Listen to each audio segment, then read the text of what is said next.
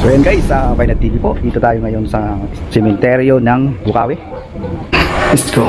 Samahan niyo ako.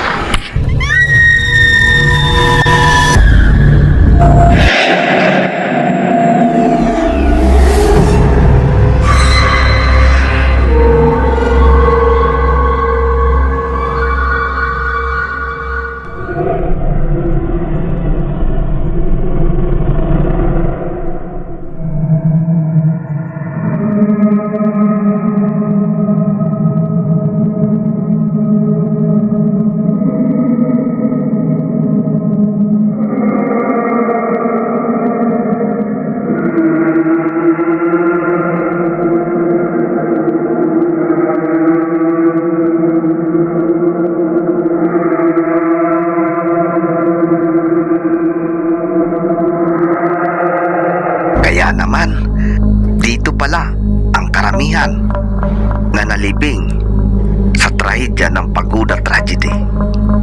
Itinuturing ito na isa sa mga deathless religious celebration.